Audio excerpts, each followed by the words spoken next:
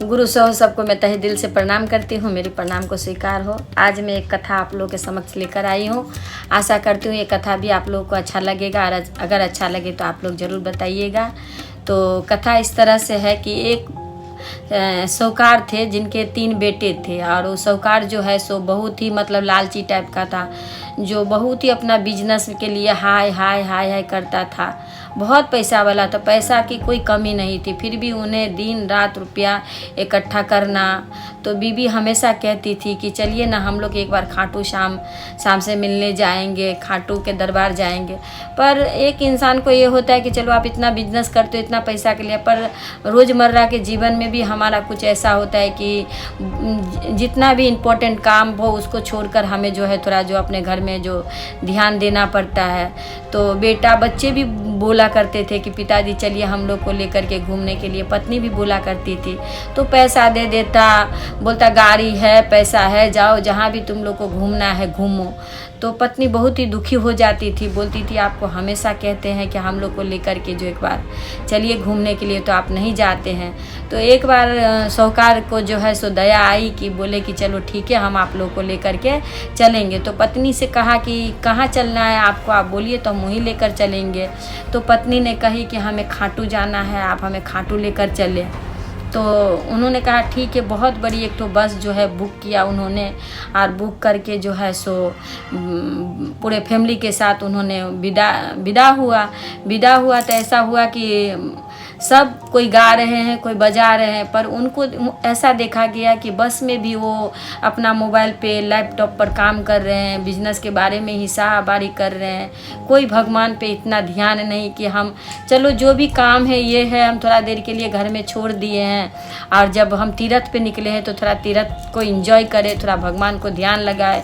जो भी हम मंदिर जा रहे हैं, वैष्णो देवी जाए या फिर तारापीठ जाए, कहीं भी जाए तो उनको थोड़ा जो है सो एंजॉय करना चाहिए लोगों को। जैसे कि हम लोग तारकेश्वर जाते हैं तो मैं तो बहुत इंजॉय करती हूँ, बहुत ही मतलब भजन करती हूँ, कीर्तन करती हूँ, बहुत इंजॉय करते हैं हम लोग जो है पूरे पे। अभी हम लोग सब गए थे तारकेश्वर।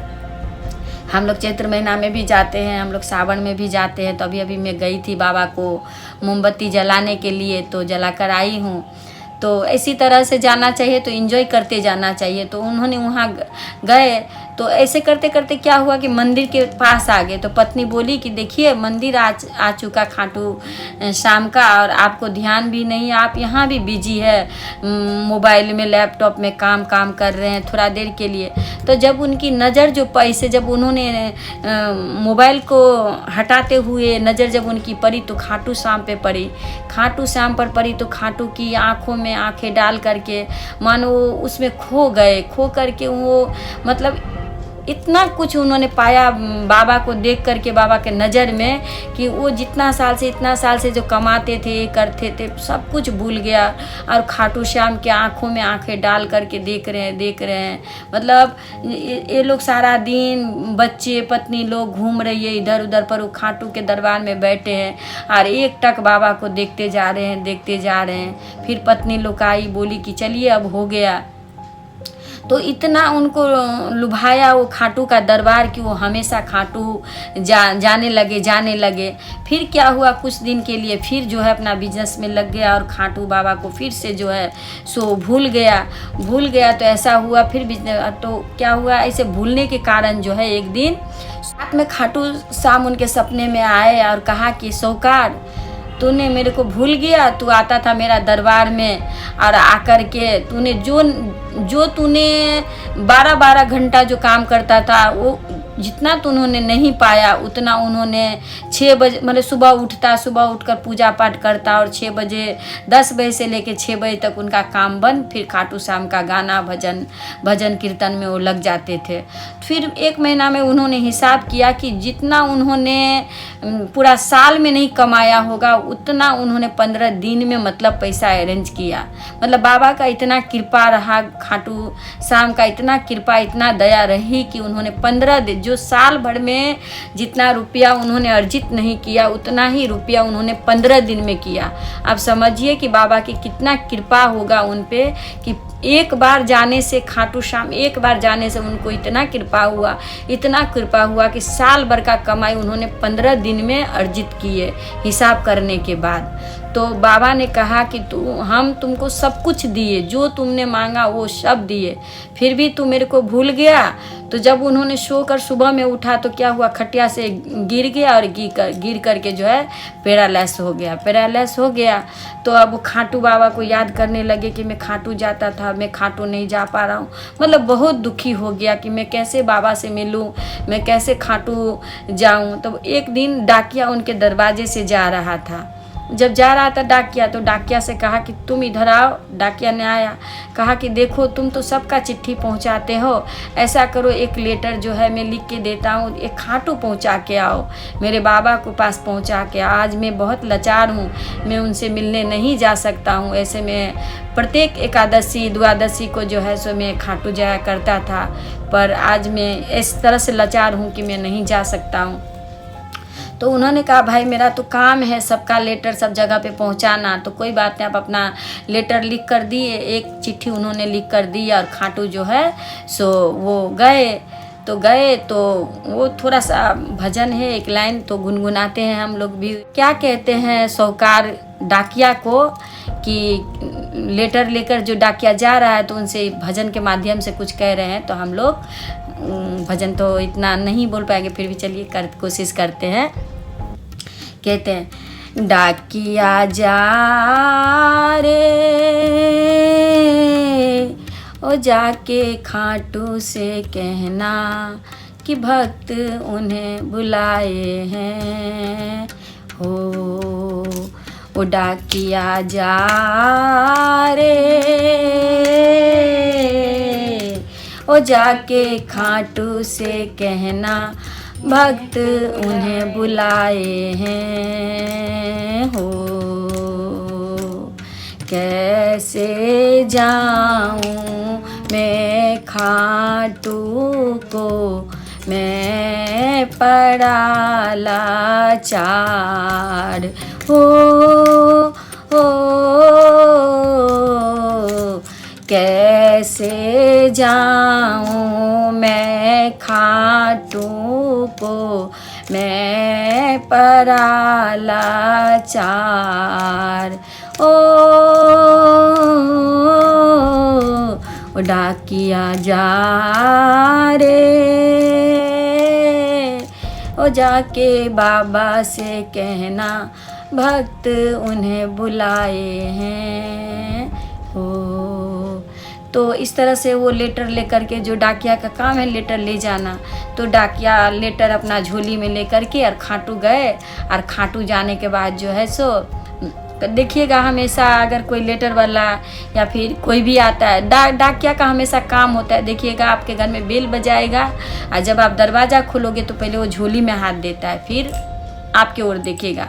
तो वो जैसे ही झोली में हाथ दिए और देकर जैसे ही खाटू को, बाबा को नज़र उन पे गई, तो देख कर के खाटू का ऐसा सुहावना रूप, ऐसा रूप माने उनका मतलब पूरा जीवन का में जो उन्होंने नहीं मतलब पाया होगा, वो खाटू बाबा के नज़र में जो है सो वो देख रहे होते हैं। और देख कर इतना गदगद हो जाता है कि मैं आज इतना साल में नौकरी किया, मेरा 2 साल बाकी हुए हैं मेरा नौकरी को, और मैं आज मैं सारा जीवन का सुख जो है सो इस दरबार में आके आया हूँ और आपको देखकर मैं पाया हूँ। और बाबा को कहते हैं कि बाबा जो भक्त आपका आज आपके पास नहीं आ सकते हैं, बहुत लाचार है, उन्होंने आज संदेशा पठाया है आपके पास, आपको बुलाया है, अपना भक्त का जो शुद्धि आप लीजिए और उनसे मिलिए। तो बोलते हैं कि ठीक है खाटू बाबा को, कि आपको समझ में आया कि आपका भक्त आपको कितना याद कर रहे हैं। और इतना मनमोहक गुरु का चित्र देख करके, उन्होंने छवि देख करके जो है, अब डाकिया को मन हो रहा है कि हम यहीं पे रह जाए, हमारा 2 साल शेष हमारा काम बचा हुआ है, हम काम नहीं करेंगे, हम यहीं रहेंगे, हम आपका सेवा करेंगे, हम आपका बर्तन मांजेंगे, हम आपका मंदिर साफ करेंगे। बाबा मुझे आप अपना चरणों में ले लो, हमें यहाँ से नहीं जाना है। तो भगवान उन्हें कहते हैं कि तुम जो संदेशा मेरे पास लाए हो साहूकार का, वो संदेशा तो फिर आपको भी लेके जाना होगा ना। तो डाकिया को फिर से भगवान बोलते हैं कि तुम जाओ, जा करके ये संदेशा जो है उस साहूकार को दे के आओ, और फिर आने के बाद जो है तुम जो बोलोगे वो तुम्हें मिलेगा। फिर वो जो है डाकिया जाते हैं साहूकार के पास और साहूकार से कहते हैं कि कुछ प्रभु ने आपके लिए भेजा है। फिर उन्होंने वहाँ से जो है जो प्रसाद लाई थी, जो चीज़ जो भी वहाँ से उन्हें पंडित जी दिया था वो लेकर के जो है वो आते हैं, और आने के बाद जो है सो प्रसाद झोली से निकाल करके उन्हें देते हैं। और प्रसाद खाने के बाद क्या होता है कि हट से मानो कि उनके शरीर में ऐसा पावर आता है, ऐसा पावर आता है कि वो खटिया से फिर से उठ के खड़ा हो जाता है। होने के बाद जो है सो चलने लगता है। तो बाबा की कितनी कृपा होती है। आप देखिए, एक बार अगर आप खाटू जाए, एक बार अगर आप बाबा को ध्यान धरे, गुरु का ध्यान धरे, तो गुरु से बहुत दया मिलती है। तो एक प्रसाद खाने से फिर से उनकी पाँव लौट आई, फिर से वो चलने लगा। तो बाबा का इतना कृपा है। तो अगर आप लोग अगर कभी खाटू जाने का मन करे तो आप लोग भी खाटू जाइएगा। देखिए, भगवान सब एक ही है, जिन्हें हम गुरुदेव महादेव को रूप में, अगर आप देखना चाहे तो महादेव के रूप में आप प्रत्येक भगवान को देख सकते हो। क्योंकि देखिए, धातु एक होता है पर धातु का अनेक प्रकार का जो है उसका औजार बनाया जाता है। जैसे कितना चीज़ है, मतलब जो भी आप बोलिए बनाया जाता है। जैसे कि सोना एक है, लेकिन सोने का आप देखिएगा कि बहुत तरह का गहना बनाया जाता है। सोना तो एक ही है, नाम तो एक ही है सोना, पर सोने का कितना गहना होता है, गले का होता है, कान का होता है, नाक का, टीक का, बहुत तरह का जेवर उससे बनाया जाता है। इसी तरह से भगवान एक ही है, पर भगवान जो है हर रूप में बटे हुए हैं, हर नाम से बटे हुए, पर वो एक ही है। चाहे उन्हें राम कहिए या श्याम कहिए या फिर जो भी कहिए, पर भगवान एक ही है, बस नाम अलग अलग है। जिस तरह से सोना एक है, जेवर अनेक है, उसी तरह से भगवान एक है पर नाम अनेक है। जिस नाम से आप उनको पुकार लीजिए पर उनको आप पाएंगे। इसी तरह से हमारा गुरु का सेवा, इस तरह से गुरु का दया हमें मिलती रहे, आप लोगों को भी मिले। मैं फिर से गुरु सहो आप लोगों को प्रणाम करती हूँ। मेरी प्रणाम को स्वीकार।